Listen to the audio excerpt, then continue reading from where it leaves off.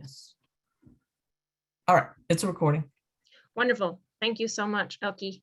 Good morning, everybody. I just want to introduce myself. I'm Andrea Baki. I'm from Think Dynamic Digital here in Bennington County in Shaftesbury, Vermont. I'm a marketing consultant with the Vermont Small Business Development Center, and I'm going to be presenting this morning on social media marketing tools, tips, and techniques so you can grow your small business or your freelance business in the arts. Okay, so I'm going to share my screen. I'm going to stop the video so that you can concentrate on the slides. And just so you're aware, if you have a pressing question as we're going through this, feel free to put your question in the chat and Elke will let me know. She's the host today. Thank you, Elke. She'll let me know of that question. But there will be a question and answer section at the end of the presentation, just so you're aware. Okay, so I just want to also mention there is another recording that I did a webinar for the Vermont Arts Council in late May, I believe it was like May 25th, perhaps, on social media marketing and demographics and benefits. So that's a really good one to watch, I would say, before this one, if you're watching the recording and not attending today. So just to kind of bring us back to, what is social media marketing? It's a form of digital marketing. There's lots of different areas of digital marketing. And this is one. It is using social networking platforms like Facebook, LinkedIn, Twitter, Pinterest. There's quite a few. There's some main players, but there's quite a few social media platforms. It's using digital marketing to increase your brand awareness and product exposure to cultivate relationships with consumers. And it involves creating content. What you're going to do is you're going to promote your products and or services, build a community, increase that brand awareness with your target audience, which is your ideal client as a group. And it's going to drive traffic to your business or website.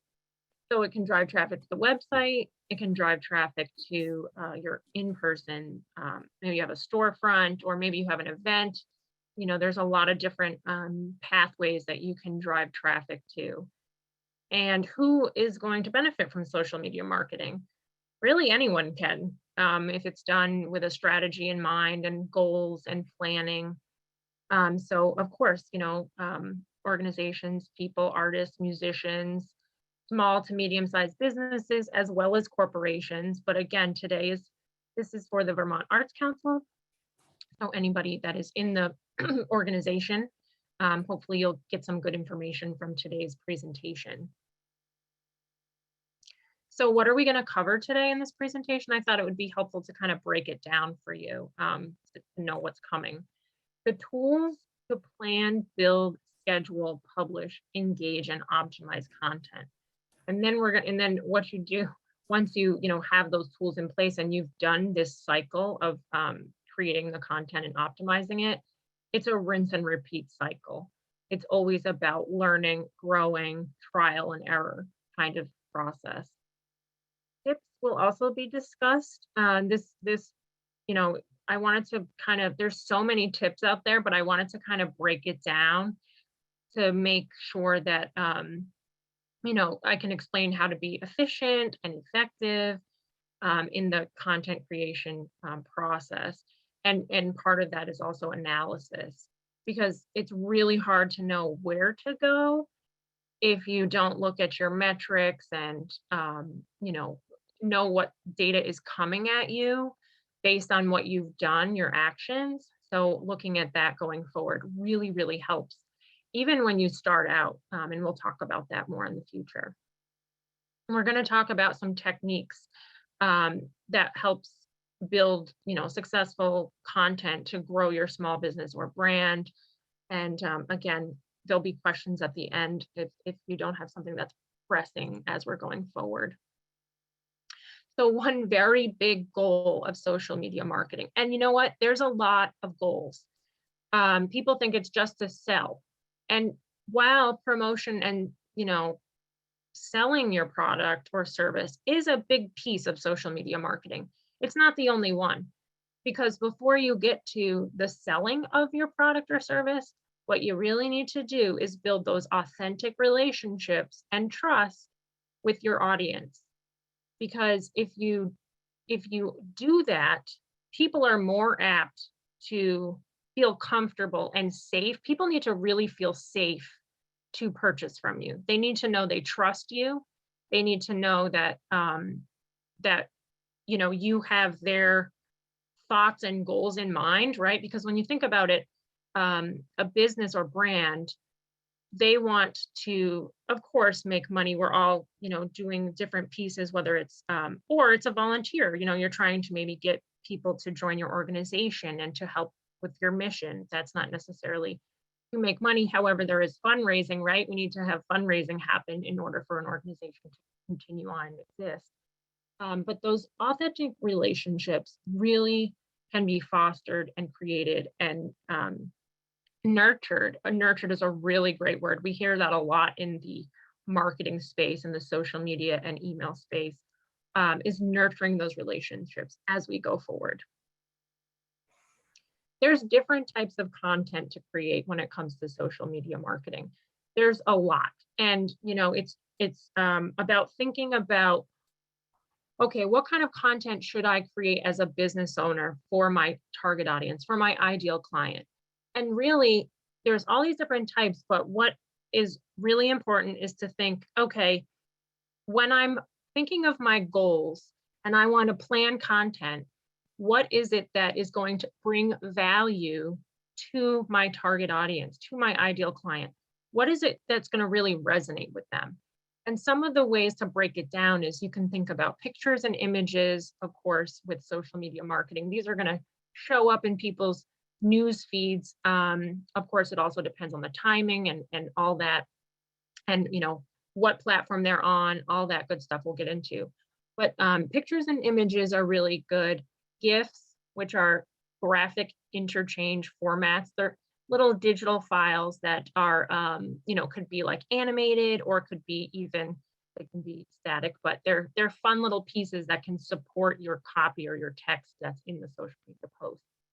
You can have text-based posts and include questions to encourage engagement. And what is engagement? Well, that's likes, comments, shares, conversation back and forth.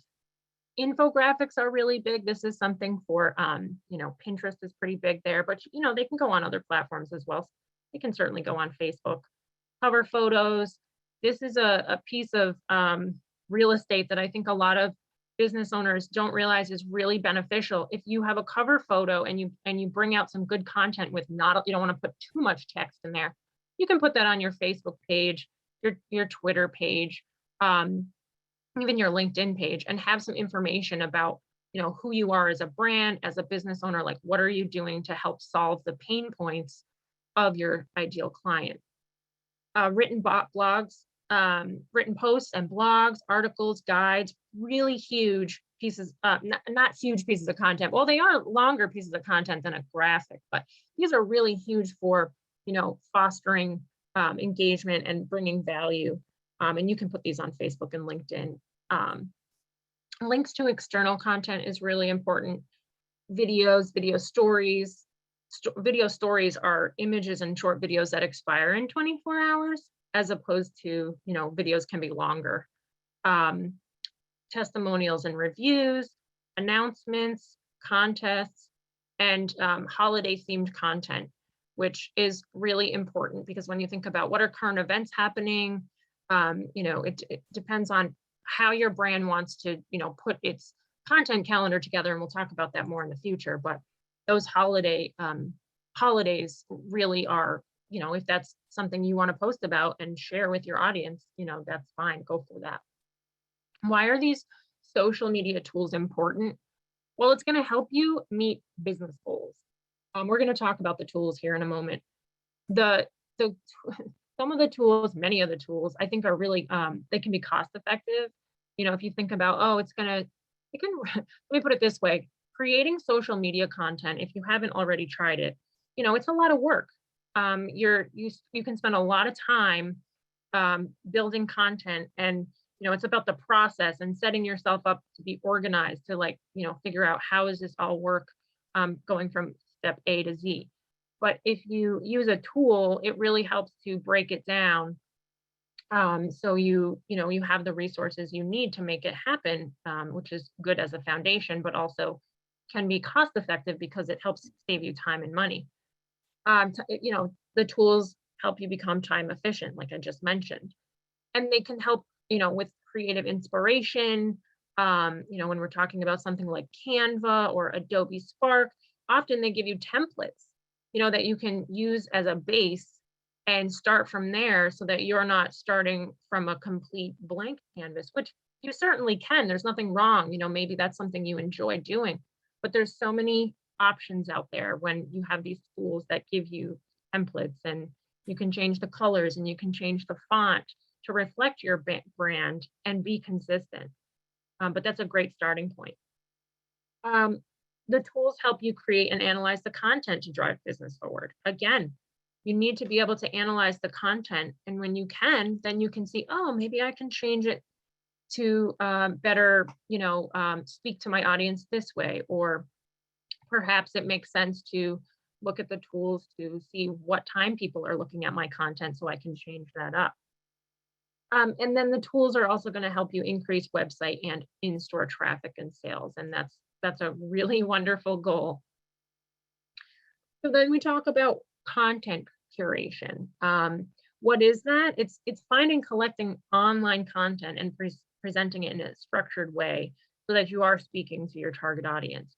So this is not where you would create the content yourself. This is where you would go out and source. Maybe you find a link, you find an article that really makes sense that you want to use for your brand. And it's good to have a mix. So you don't always want to, say you have a Facebook page, you don't always want to post links to external content. And the reason I say that is because, well, there's a few actually. If you think about it, if it's your blog, of course, you're bringing people to your website, and that's great. Or you're bringing them to the sign up for our webinar page on that third-party website based on, you're on the Facebook platform. But if you continually put links to external websites, what happens is Facebook will kind of get a little moody and won't want to show your content to people continually in their newsfeed. Because essentially, if you think about it, Facebook makes money when people are on the platform and click on their ads and are just, joining in the conversation and creating that business for them, right? We get to use it as consumers and as family and friends and connecting with others, but certainly that's, we're able to use their platform. And we can have business pages, but if we're always throwing people off of the platform to go to external sites, they don't really like that too much. So you want to have a mix of keeping people on the platform, and then once in a while sending them to your website, sending them to your event that's on a third-party website, that kind of thing. So that's really good to remember. Some of the sources you can use to get these to curate content. I don't know if you've ever heard of Feedly, but this is a wonderful website it's a news aggregator, and it's linked to articles on everything. You can create your own lists. Maybe you want to create a list about music venues that you're, possibly thinking of checking out. Maybe you're going to start touring or something, and you want to know about more music venues. You create a folder about music venues, and then anytime something new comes out about maybe SPAC, Saratoga Performing Arts Center, or any maybe at the Flynn or something like that, Feedly will grab that, and you will have this article. You can potentially share that in your content, somehow about where you're going or what you're doing. So there's a lot of ways to use that as a resource. BuzzSumo is a really good resource as well. It helps to research topics and keywords and competitors. And then you can also get a lot of information from, the social media platform that you're actually on. So that's really good to know that, that's a great place to get information, events, articles, learn about your competitors, so much there. And a great organizational tool, which I've actually used myself, and I cannot speak highly enough about this, and it's free. Is what I it's called Toby, and it is a browser tab organizer for like anything. So if you you can download the Chrome extension, and then what happens is say you have like, say you're creating content and you have 40 tabs open, which is actually common. 40 tabs is kind of low, but you're creating content and then you have to run to, maybe meet with a client or a customer or something. And you just are fearing that you don't want to lose all these tabs later when you come back to it. What you do is you use Toby and you click save session, and it's going to compile all 40 of those tabs, and it's going to put it into one little folder in your, it's going to open up in a tab itself. It's going to put it into that folder. You can name it, you can come back to it and open them all at once. This way you can create content, you can, maybe save websites about events, whatever it is that you need. Toby's really going to help you with building that that content in a organized and safe way, so that in case there's a power outage, your computer goes down, you still have those tabs there to support you, so you don't have to find them all again in the future. Some social media scheduling tools that I really like are listed here below, but the social media scheduling tools, if you don't want to use the Facebook Business Manager, which I think honestly is really a great tool. There's Facebook Business Manager, Facebook Business Suite, which I think actually is now Facebook Business Suite. I think Business Manager is in the back end when it comes to like ads. But I wouldn't worry about that right now. Today's presentation is on organic, no cost posts, meaning not ads. But my suggestion is to check out, the native scheduling tool in whatever you're using. So if it's Facebook, it's, Creator Studio is a place, Facebook Business Suite, and other platforms as well.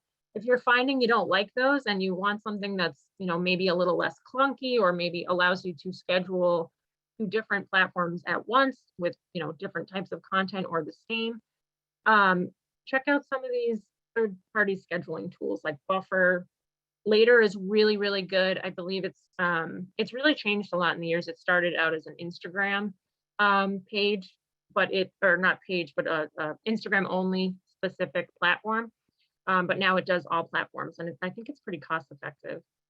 Sprout Social is a little more expensive. That's more for like agencies, or like, if you had it in your budget. But there's lots of different ways to, be more time efficient with a social media scheduling tool. And honestly, which is the best one? It's really whatever works best for you and your business.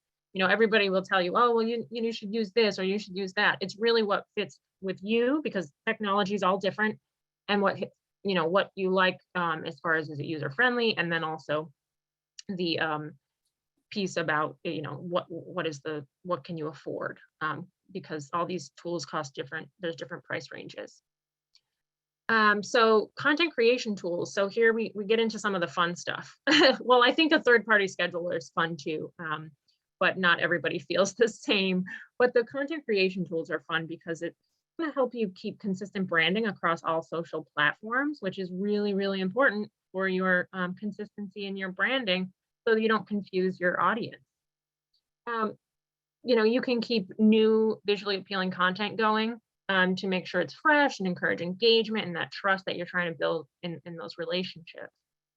Some of the websites to gather professional images they're really cool.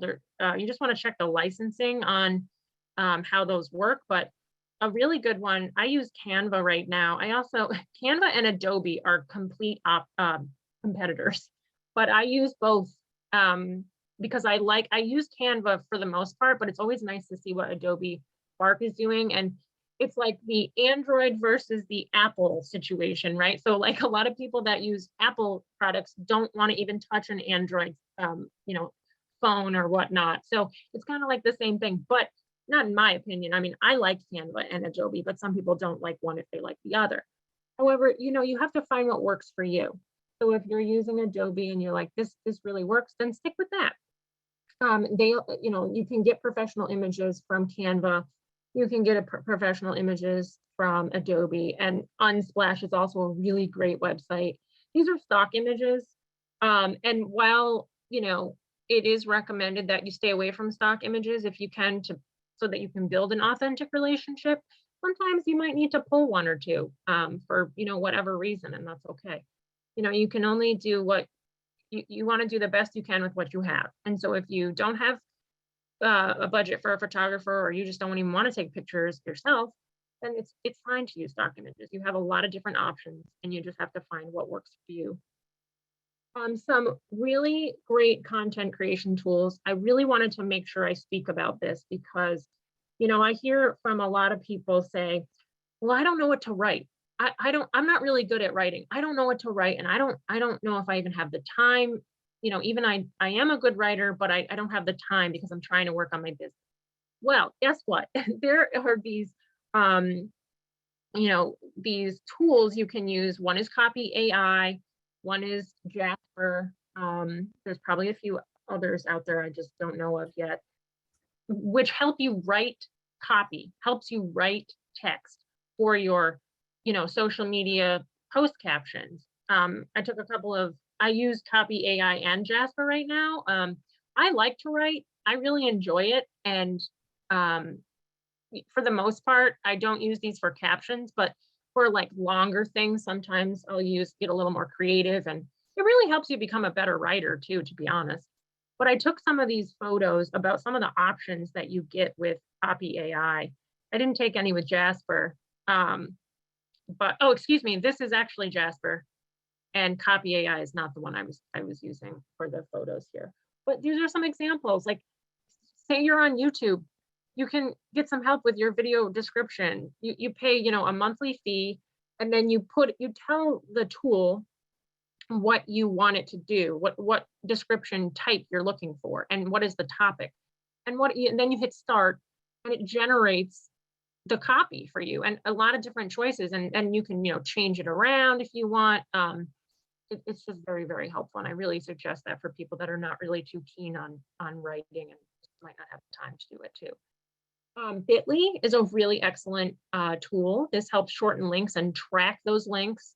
You can create QR codes, because if you have a really long link, it doesn't look pleasing to the eye. It's also can create friction and make people not want to look at the rest of the content. So this helps shorten links to do that. Grammarly is another great content creation tool because this helps you with your writing, your spelling, your punctuation. So I highly recommend that. Content creation tools, again, hashtag strategy. Now, this is actually a big thing, and I think it's overlooked. Of course, you have to remember when you're doing all of these things, you want to start small. So I don't, my concern today with today's webinar was I want to give you information, but I don't want to overwhelm you. There's a lot of different pieces. So I'm giving you kind of the basics. When you go for your hashtag strategy, when we're talking about like Instagram, and you can put a couple hashtags here and there on Facebook or LinkedIn, but it's not as heavy as on Instagram, where you can have up to 30 hashtags in the bottom part of your copy. But again, you don't want to use the same 30 hashtags because Instagram is going to start thinking you're a robot. It doesn't like that. It is, and especially with changes most recently, Instagram really wants the people posting to be authentic, and they want them to be human beings. So the more you can change out your hashtags, that would be helpful. And what a hashtag is, this is the lovely, I'm a musician, so I know this is a sharp sign. It's also the pound sign from the phone, but it's a hashtag when you put wording behind it. And so what that does is you're essentially putting a hashtag, maybe it's Vermont music is your hashtag. You put that on your content, and then somebody searches for Vermont music scene or something like that in the search bar on Instagram. And hopefully, if the hashtag is not used a lot, it shows your content in their feed. So there's different ways of approaching this. So you can put a couple of your own hashtags and see what happens and look at your metrics. Or people looking at my content, how is that going? And if you, use your own hashtags, That's cool. You can see how those are going. You can also use tools that help you. You can see how popular they are, how much they're used. So like Hashtagify, Hashtastic is really good. I just started using this one. Of course, some of these have free levels and some don't. So you want to, again, remember that every time you're building something for your social media marketing strategy, there's a fee involved. So it's like, okay, let's find the ones that are, you know, free or very little money. So thinking about your budget and adding, seeing, I would go for the free tools as much as you possibly can. But I mean, they are out there. They certainly are out there. But you can also research your competitors and see what hashtags they use. And there's a free option.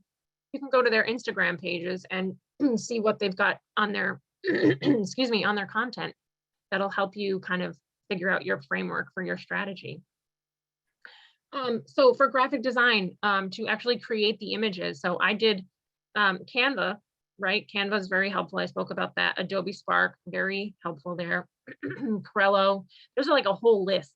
But I just wanted to, talk about the main ones that you might want to use for your content creation. And Canva does have a free version. I'm not quite sure about Adobe Spark, but Canva does have a free version. And you can start out with that, and that's probably that might even be just what you need for your content creation strategy.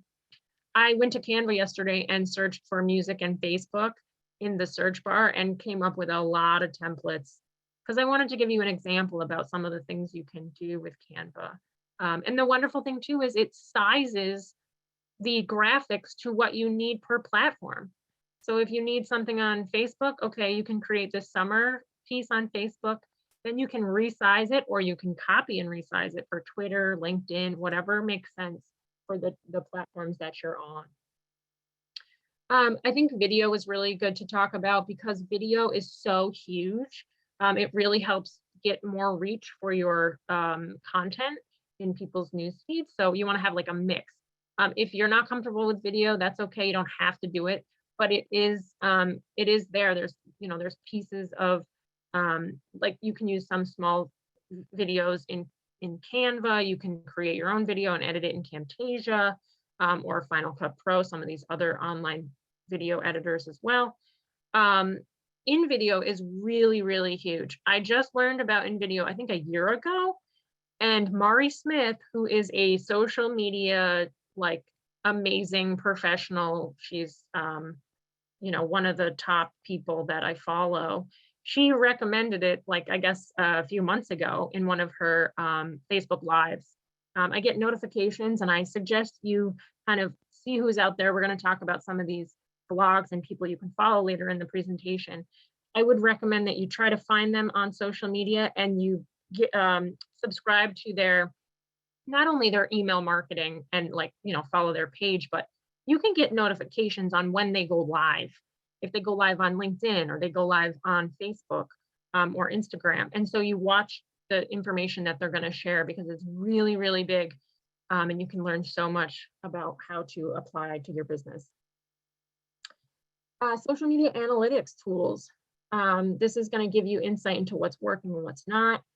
Really important that you are looking at the analytics to figure out how to move forward and what changes you need to make. So that's important.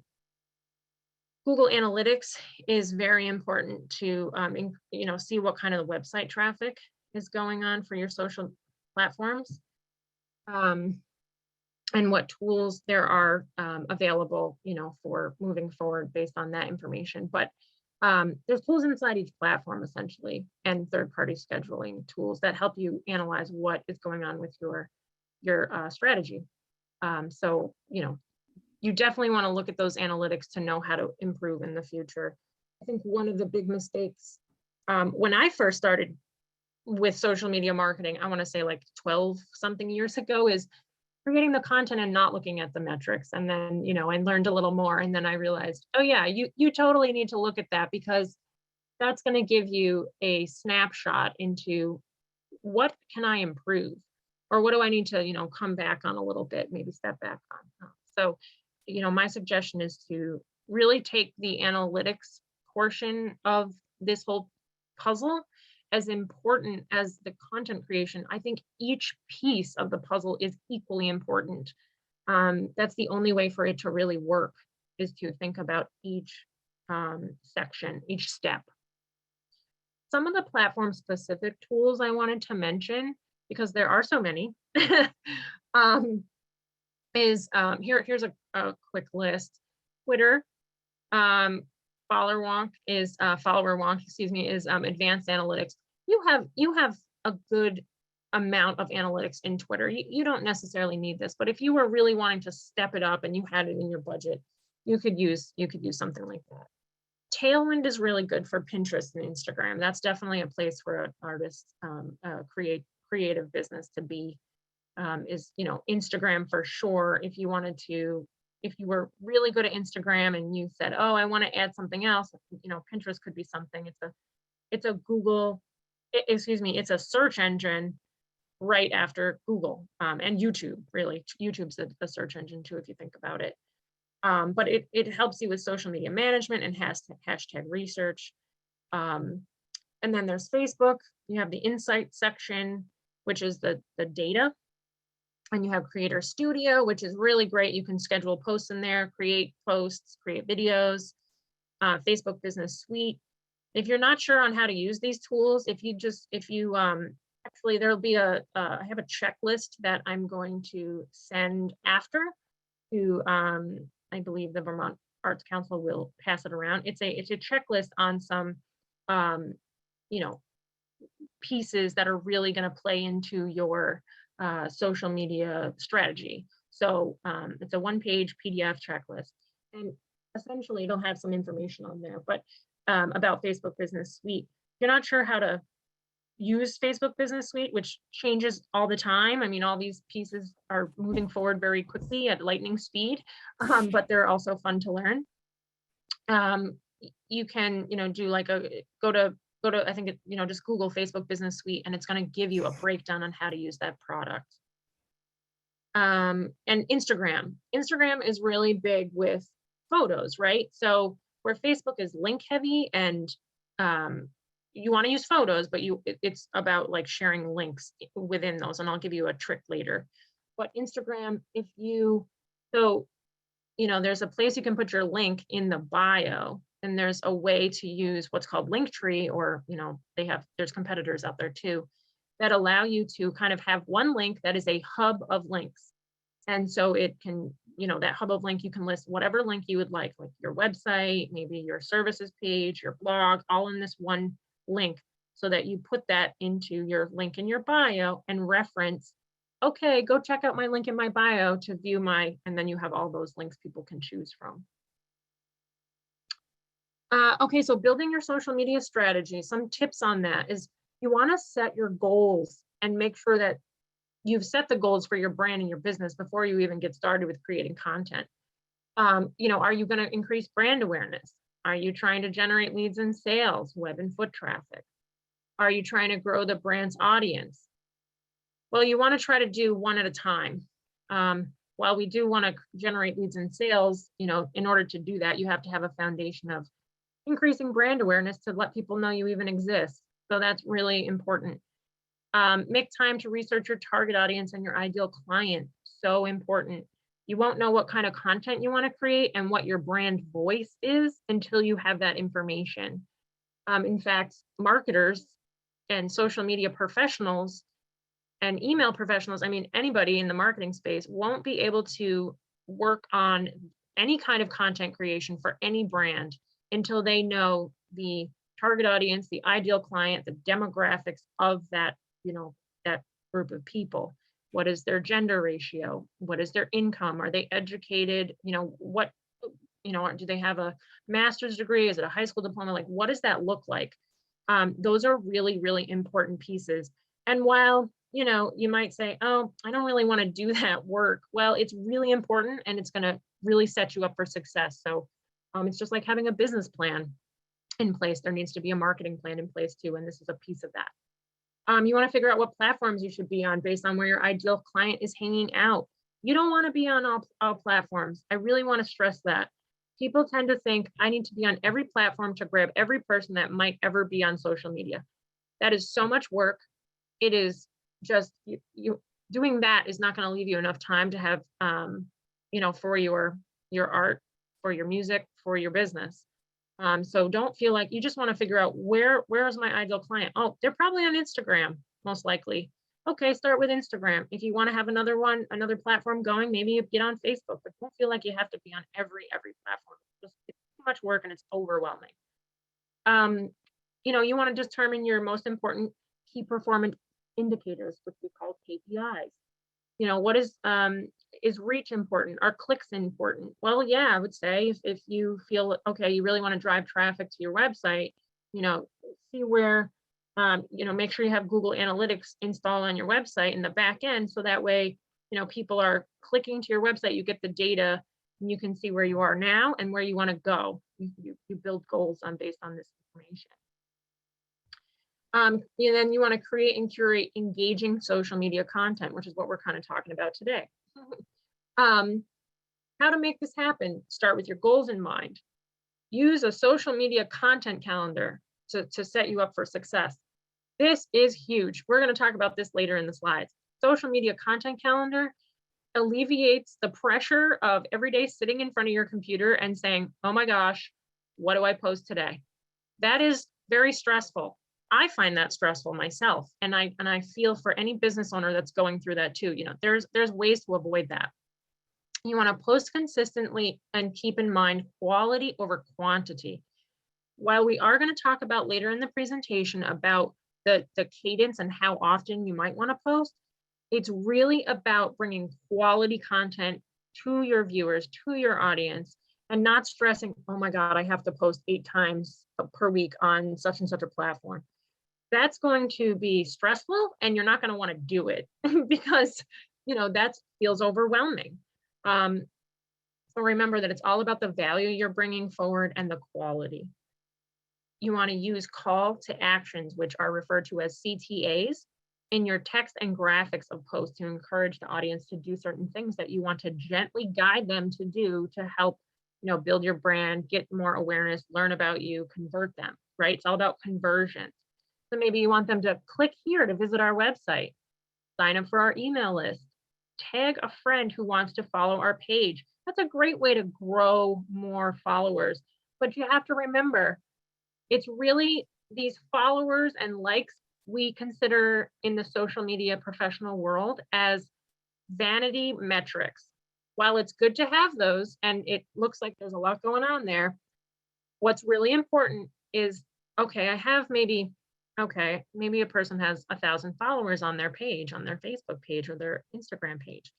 But do they have the customer base that's actually converting? Are those leads, what we call them, potential customers, converting into those paid customers? What are you seeing? So if you're seeing you're getting a lot of likes, maybe change things up with your call to actions, like the click here to visit our website, or click here to, purchase a online music class for Father's Day, or for, to celebrate, I don't know, the 4th of July, whatever that looks like for you in your content calendar, to help drive business forward in your brand. You could also say, follow us on Instagram. Say you're posting to Facebook, you can cross promote, get the followers. Some of them might also want to be on Instagram and follow you there. Or comment below, which is a great one for increasing engagement. You want to ask questions to invite your audience to comment on posts, and make sure you use appropriately sized images for each platform. And you want to use a good mix of content, that's for sure. So to stay informed on social media news and trends is huge when it comes to, okay, what's changing in the space, what's happening in the market. You can do this by joining online communities. So for research and development, like Facebook groups, LinkedIn groups, Clubhouse, which is an audio social media platform, just jumped on there last year during the, when we're still in the pandemic, but it was really heavy in the pandemic, and really we weren't going out at all. And Clubhouse is wonderful because you can connect with people all over the world, just like with any other platform. And you can hear from professionals about social media, about what's happening in business, about what's happening in your industry, music, and it's amazing. And you can talk with them too. I mean, it's really, It's not as big. I think it's kind of faded a little bit, but I still think it's really important. It doesn't have as much popularity as like TikTok does now, but it's a really good nugget of information that I highly recommend following. You want to follow competitors on social platforms. That's going to help you with content inspiration. You don't want to copy them word for word because that's plagiarism and that's not good. But you definitely want to see what's out there and what's going on for your inspiration. And again, start with one platform and do it well, not feeling like you need to be on all platforms. You can also attend webinars like the one today. Thank you for being here. There's a lot of information out there. You can check on Eventbrite, you can check on Facebook, LinkedIn, Twitter, Instagram. There's so many places to get information. You can learn through free social media classes, which they are out there. If you went and you can find out through a lot of different Facebook groups, or what's going on in Google. Google is our friend. YouTube also our friend. Read books and set Google alerts for content you want to learn and get updates about. These are huge. So if you can set a Google alert for maybe you want to say music events in Vermont, and then anytime something comes through, you would get a link about that. Here's some social media news blogs and communities you can subscribe to. So there's later.com. They have a lot of good information. Yes, it's going to clutter your email inbox, but then you can, either you can sign up using one separate email that's just for blogs, or you can have it go to a separate section in your email. It's really beneficial information. I highly recommend, jumping on that if you're interested. Social Media Today, Social Media Explorer, and Examiner. Examiner also has a paid group. It depends on what your budget is, but there's a paid group. But they have their free resources are really chock full of information, and I use them very often when I'm sending information to people that might have questions about social media. So I really trust them.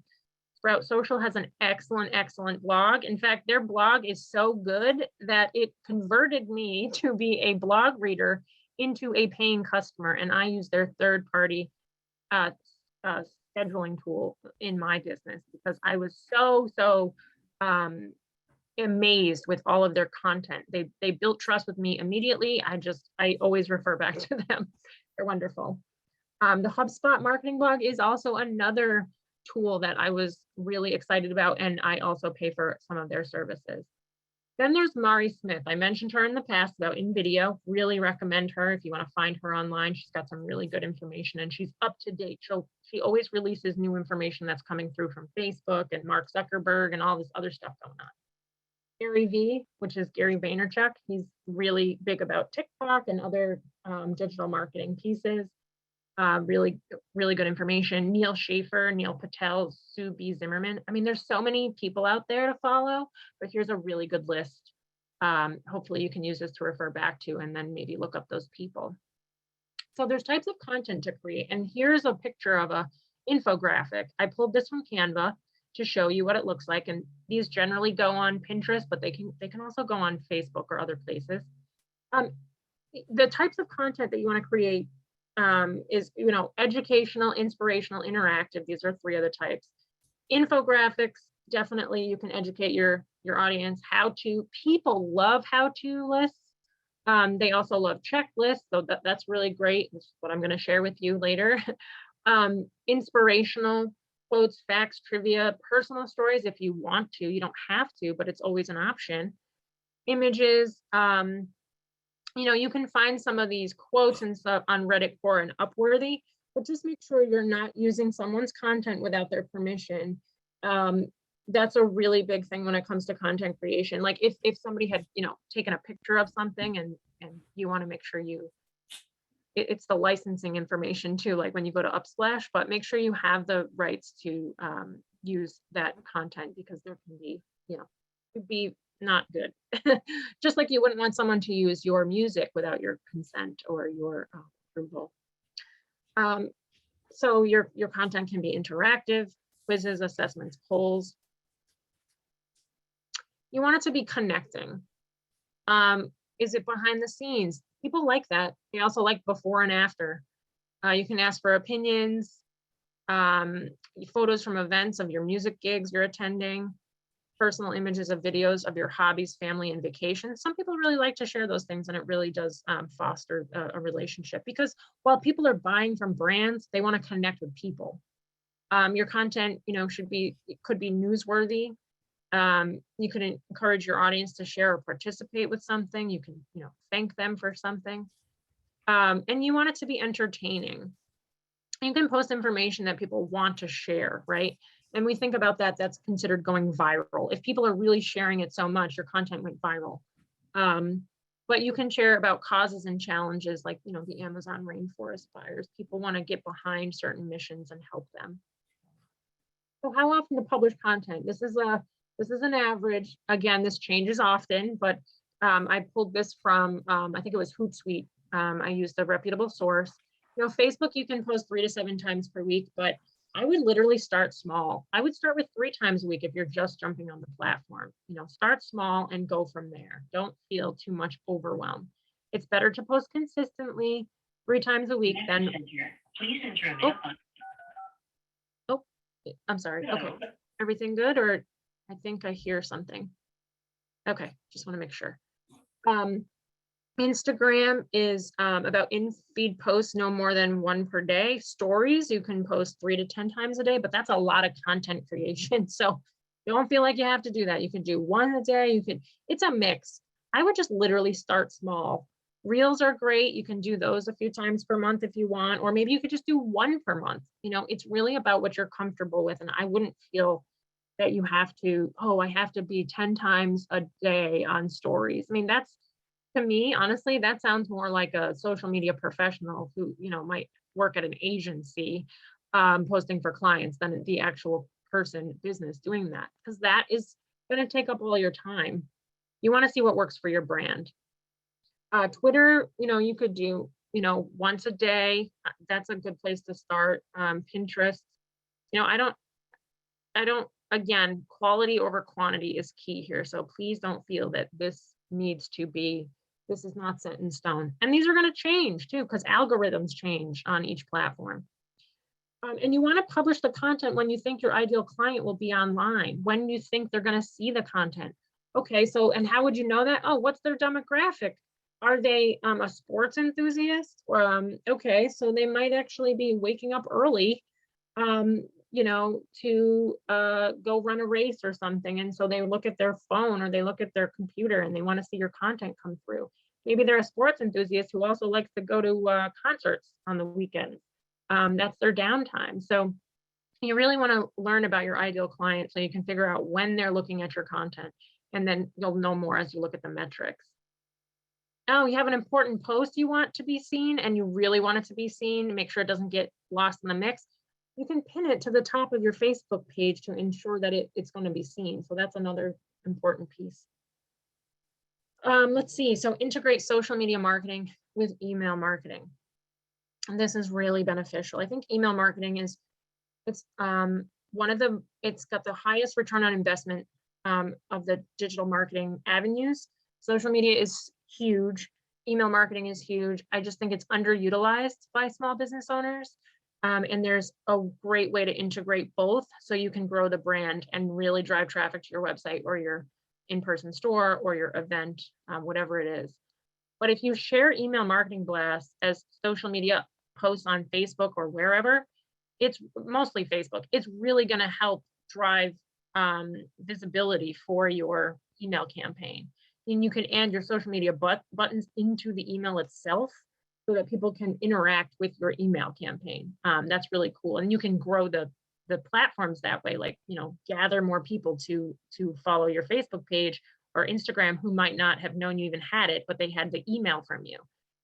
You can also gather email subscribers using social media networks with a sign up form link, what we call like a landing page or a lead magnet. It's something that people will download because you say, oh, if you sign up, I'll give you this thing, whatever that is. Maybe it's a checklist. And you can create a Facebook group to gather email signups as well, but you don't have to do that. That's another step into the mix, but that's also a possibility. So engagement, what you want to do to increase engagement, those likes, comments, shares, is respond to comments within 24 to 48 hours if possible. Don't let it go for weeks, because then people are going to feel like you're not responding, you're not hearing them. You want to provide good customer service and social listening for your ideal client. And then you can also follow pages in your feed, in your business feed, or follow where you think your clients are hanging out and comment on those pages, which is another way to enforce engagement. One big thing I want to mention is emojis are really important. They're our friends. You want to add relevant emojis to social media content copy and the text to break it up, prevent the dreaded wall of text. Wall of text is really dangerous. Social media is not a blog post. While you can post a blog post with a link to drive traffic to your website or blog from social media posts, it's important not to treat the social media post as a blog post. If you have a wall of text, people are going to say to themselves, that's too much. I don't want to read that. They're not even going to look at your content, and it's going to actually drive people away from your page, not even, wanting to click on your page to see more. So using emojis can break up this. You want to use spacing. Think of a social media post kind of like a billboard. You only have so much time to look at that billboard while you're driving down the highway so you don't have an accident. You want to grab someone's attention, and you can do that with emojis. And this is definitely relevant, for artists. You can totally use them. You don't want to overuse them, because that can happen, but you want to use them in a clear, concise way to relevant. If you're talking about music, you could use the music notes. If you're talking about piano, you could use the piano emoji. There's a lot of different ways you can go. If you want to point out a link, you can use the arrow. That works too. I wanted to mention a Facebook trick. This is really important to help your content be seen in the feed. So since those third-party links are, looked down upon to always use them, what you can do is you can put a photo as your graphic in the post, put the text above it, and then put the link between the photo and the text, so that it will be seen, because people want to see pictures on Facebook. So it ends up looking like this. I use this from the I Love Vermont page. I manage the I Love Vermont page. And so what I did was I showed you that, okay, so here's the text, here's the link. And if you see it, when you just add a link to Facebook, this is what it looks like. You have the link down here. This is from 7 days. You have the photo, which shows up because they integrated that into what the link does. But then if you do it the way that I just mentioned, this trick, so you have the copy, you put the link above, and then what you do is you just share a photo. I took away that it shows a link, but you just share a graphic. And then what that's going to do is that's speaking to Facebook, and it says, oh, this business posted a photo. People want to see photos, so we're going to show them the content. Oh, but look, there's a link. So you can post the third-party link to take the person off of Facebook to a third-party website, but you want to do that sparingly. Do this, and most of the time use the photo with the content with the link, if that makes sense. And if you have questions at the end, surely reach out and ask. I just wanted to give you what makes a good post, the Facebook edition. Just so you know, I did this for Facebook and Instagram. I didn't want to go through all the platforms because there's a lot there, and I didn't want to overwhelm you. But Facebook is about eye-catching visuals, high-quality images, limit the text in the visual. So if you have a graphic and you have text in it, don't put a lot of text. That's going to make people, feel overwhelmed, and they don't want to continue looking at your posts or learn more about your business. Skip the stock images, use real authentic images instead, if you can. And consider mobile. Think about, what is it going to look like on mobile? Because it's going to look different on mobile than it is on the website. You want to make sure you have sharp copy, that you have writing that is clear and simple, and avoid jargon and show your brand personality. Be witty, professional, and friendly. You want to talk in a conversational tone when you're on social media. So whatever your brand voice is, you want to stick with that. And then you want to create a call to action, like, sign up, download, click here, subscribe, whatever that makes sense for what that is. And then you want to have a good incentive. describe the benefits of what, if that person, sign up for our email list to learn about, and then list the benefits. Why would they want to join? What is it that you're bringing to them? They want to know that you're bringing value to them. So the images and video, what makes a good post for Instagram? Images and video is huge on Instagram. You want these also to be high quality pictures and videos. Make sure you have a clear point of interest and it's not confusing to the audience. Use those short titles and key phrases that relate to the image. And then remember, you have a character limit, and you want to use about 3 to 4 lines of text. If you have 3 to 4 lines of text, remember that you can put your hashtags below it. You want to add that call to action and direct the users to the link in the bio. And this is where the link tree really comes in handy. Check out the link in the bio, and then they have all this information when they click the link. You can use those relative hashtags and emojis. Okay, so we're winding down here a little bit. I wanted to talk about content calendars. The purpose of a content calendar is so that you can organize your ideas and put everything together like a puzzle. You're gonna, why is this good? You're gonna organize your time, be more efficient, save time, save money, and it helps you post consistently. It helps you avoid the risk of making errors, and it helps you improve the content as you go. So some of the pieces you'd put together are like, the date when the post is going to publish, the topic of the post, the text, the image, the goal, and the social media channels. I mean, you can really change it around to what works for you. Maybe you have like some metrics of what does my engagement look like now?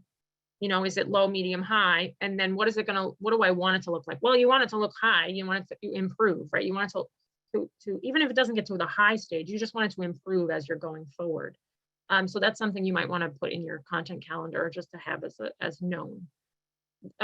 This is from 2021, but this is a HubSpot integration with your Google Calendar. You can kind of sign up, and essentially it tells you what holidays there are if you want to use them in your content calendar when you're putting that information together. That's really helpful. There's also, if you don't want to do this, there's lists. You could go and Google holidays for social media content creation, and it's going to come up with a lot of information. Very helpful. And you just get to pick and choose what you want to use. Some of the tools you can use for when you're creating content is, the Google Drive. You can put your photos in there. Google Sheets, you can build the calendar on your sheets, your Google Calendar itself, or you can use Excel. I mean, I've seen people use pen and paper, but if you want to stick with digital, or you want to mix, whatever's going to really work for you.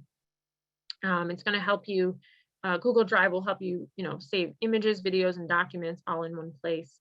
Dropbox also does this. It really depends on what you prefer. And things do integrate. Google Drive integrates with Canva, so you can upload things from Google Drive into Canva and then create your content. Trello is a really cool tool. There's a free version, and you can organize, tasks, posts, and just put it all together. Some of the big tips, though, when it comes to content calendars is I would block time to create content. It's going to take some time. So if you're like, okay, for this hour or 2 or an hour and a half, whatever it looks like for you, I'm going to work on content creation.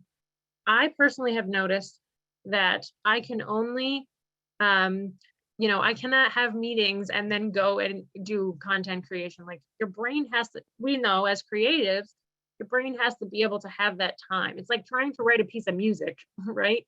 And then, you have to go to a meeting. And then I'll come back to it. Then, your creative juices there's like an interruption. And so it can be a little harder. So blocking some time to make these things happen is really, really helpful. You want to start small. If you create a content calendar and you create content for like a week to start, and then 2 weeks or maybe a month, that's good. You can build the framework, take all the pieces and put them together. Like, what are the holidays?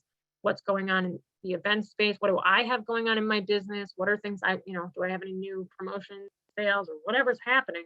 You put it all together, and you can put it together for 2 weeks at a time if you want, just so you're like stay on top of it. And then if anything changes going forward, you have that information. You want to build that framework and be flexible for anything that changes. And of course, use the 80-20 rule.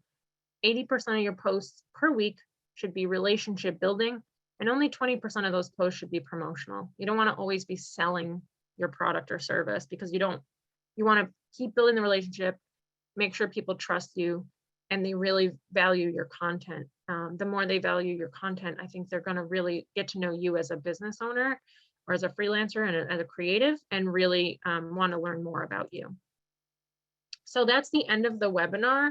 Elke, if you want to stop the recording, that might be great. And then I will take questions and answer those questions.